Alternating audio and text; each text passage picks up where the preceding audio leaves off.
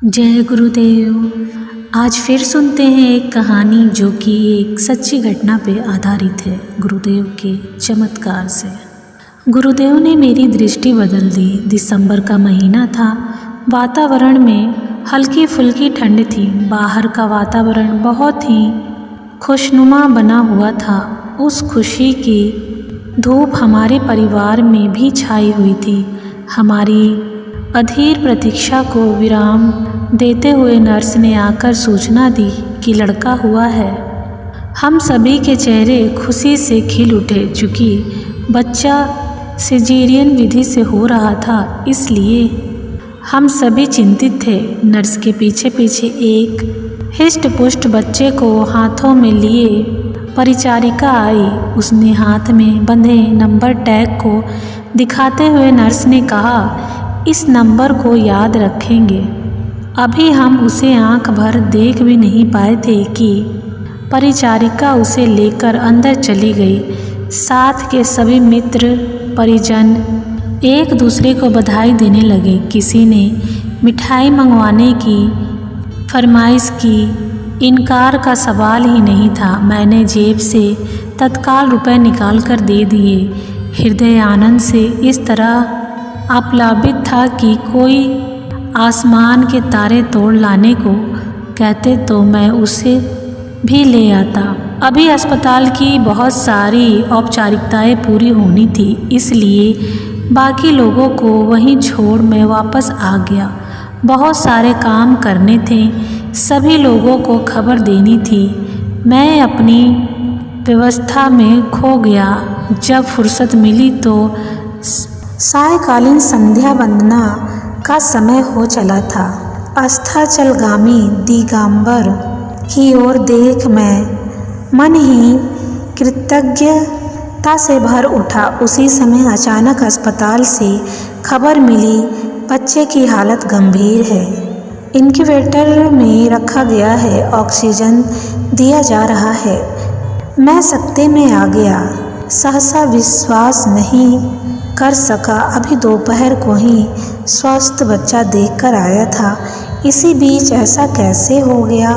घर में, ससुराल में लोगों को बताया तो वहाँ रोना धोना मच गया। पर मेरे पास तो रोने का भी अवसर नहीं था। मैं भागता हुआ अस्पताल पहुँचा। वहाँ डॉक्टरों ने बताया, बच्चे के नाक और मुंह से पानी आ रहा है, श्वास लेने में कठिनाई हो रही है। हम हर संभव प्रयास कर रहे हैं। ईश्वर से प्रार्थना कीजिए कि हमारा प्रयास सफल हो। अभी 72 घंटे के बाद ही कुछ कहने की स्थिति बन पाएगी। चिंतित होकर मैंने माताजी की ओर देखा। वे लोग भी चिंतित थे, पर उन्हें अपने गुरु पर अटूट भरोसा था।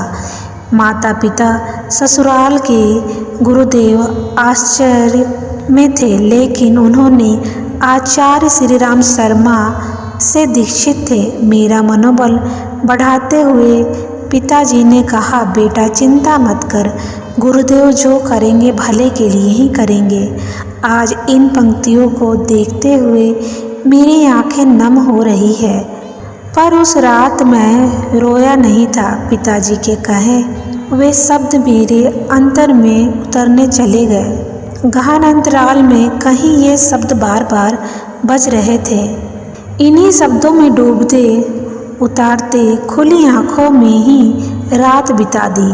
अगले दिन शाम को एक जूनियर डॉक्टर ने मुझे एकांत में बुलाकर कहा, देखिए आप बच्चे के पिता हैं। आपको बता दूं, यह एक हारा हुआ केस है। शायद उन्हें लगा होगा माताजी के सामने ये बातें बताने पर वे रोने बिलखने लगेंगी, लेकिन वे उनके संयमित स्वभाव से परिचित था।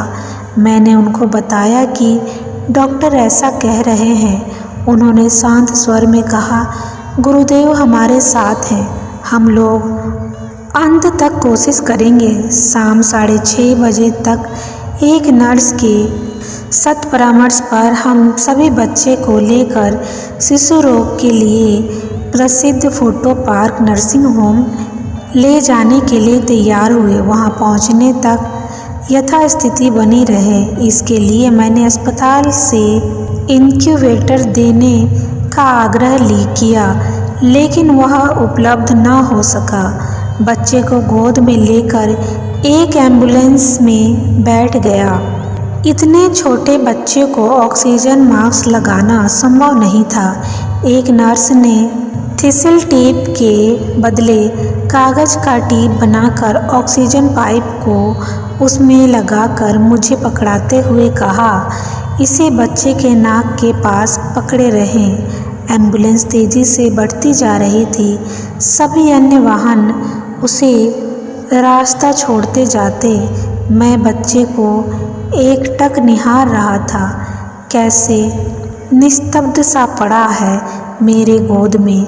इससे आगे मैं सोच नहीं पाता। पीछे की सीट पर माँ और पिताजी, सासू माँ और ससुर जी बैठे थे। उनके मौन जप का क्रम निरंतर जारी था। गुरुजी के प्रति उनकी अपार श्रद्धा ही शायद मेरे बच्चे का जीवन लौटा लाए। मैंने भी आंखें मूंद ली। हे गुरुदेव, इतने छोटे बच्चे को इतना कष्ट क्यों? मन ही मन कहते हुए मेरी आंखें भर आई और आंसू छलक आए और एक बूंद टपक कर बच्चे के देह पर गिरा।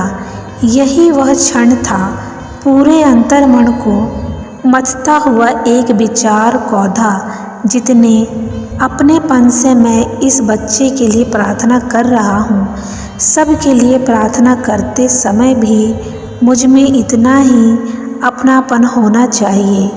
इस विचार तरंग के बाद रुलाई स्वतः बंद हो गई।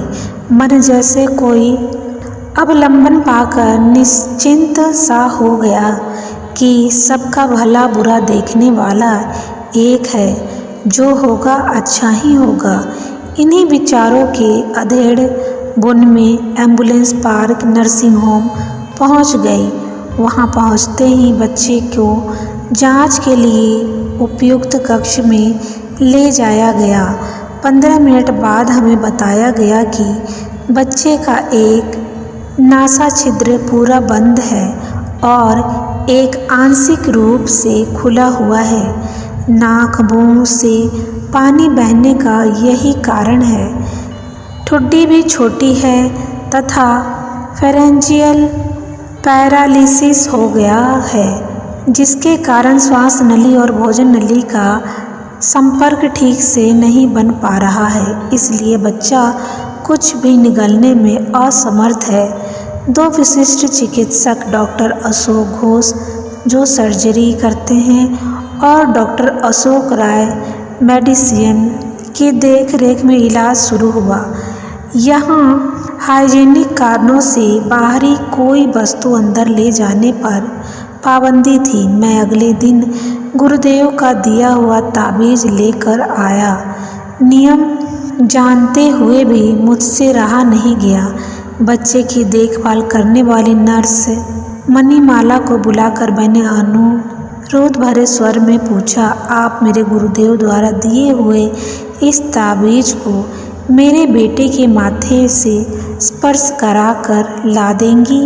उसने मुस्कुराते हुए ताबीज ले ली। थोड़ी देर बाद वापस करते हुए उसने कहा, वैसे मेरे हाथ से आज तक कोई केस खराब नहीं हुआ है, फिर भी आपके इच्छा अनुसार मैंने इस ताबीज को बच्चे के सारे शरीर में स्पर्श करा दिया है। सब कुछ करने वाले तो वही हैं, हम तो केवल प्रयास भर करते हैं। इस तरह प्रतिदिन शाम को बच्चे को ताबीज़ का स्पर्श कराता रहा। चौथे दिन डॉक्टर घोष से मेरा परिचय हुआ। उन्होंने गुरुदेव के विषय में भी जानना चाहा।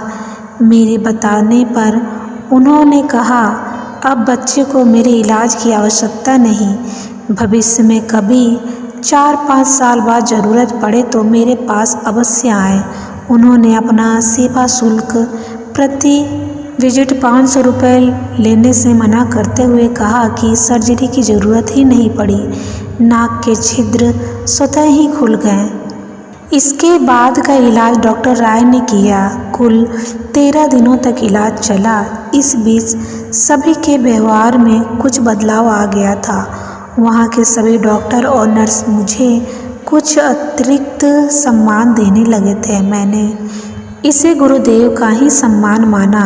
अंतिम दिन जब नर्सिंग होम से बच्चे को वापस लेने के लिए गया तो वहाँ की बहुत सारी नर्स इकट्ठा होकर मुझसे मिलने आए और अनुरोध किया, भाई साहब हमारे लिए कुछ कहकर जाइए। अचानक इस प्रकार के अनुरोध से मैं स्तब्ध रह गया। फिर कुछ संभालते हुए कहा, हम गायत्री परिवार के हैं। गुरुदेव कहते हैं गायत्री की मूल शिक्षा है सभी के लिए सद्बुद्धि की कामना। आप भी यही कामना करें, बस मैं तो इतना ही जानता हूँ। डॉक्टर राय की फीस भी वहाँ के प्रबंधक ने लेने से इनकार कर दिया। आज 11 साल बाद भी कभी बच्चे को नर्सिंग होम नहीं ले जाना पड़ा। पूर्ण अंतःकरण से मैं यह विश्वास करता हूँ कि गुरुदेव की सूक्ष्म सत्ता हमें सदा संरक्षण देती रहती है। मैं नतमस्तक हूँ उनके इस स्नेह के प्रति, जिन्होंने अपनी सूक्ष्म सत्ता से मेरे बच्चों का नया जीवन दान दिया।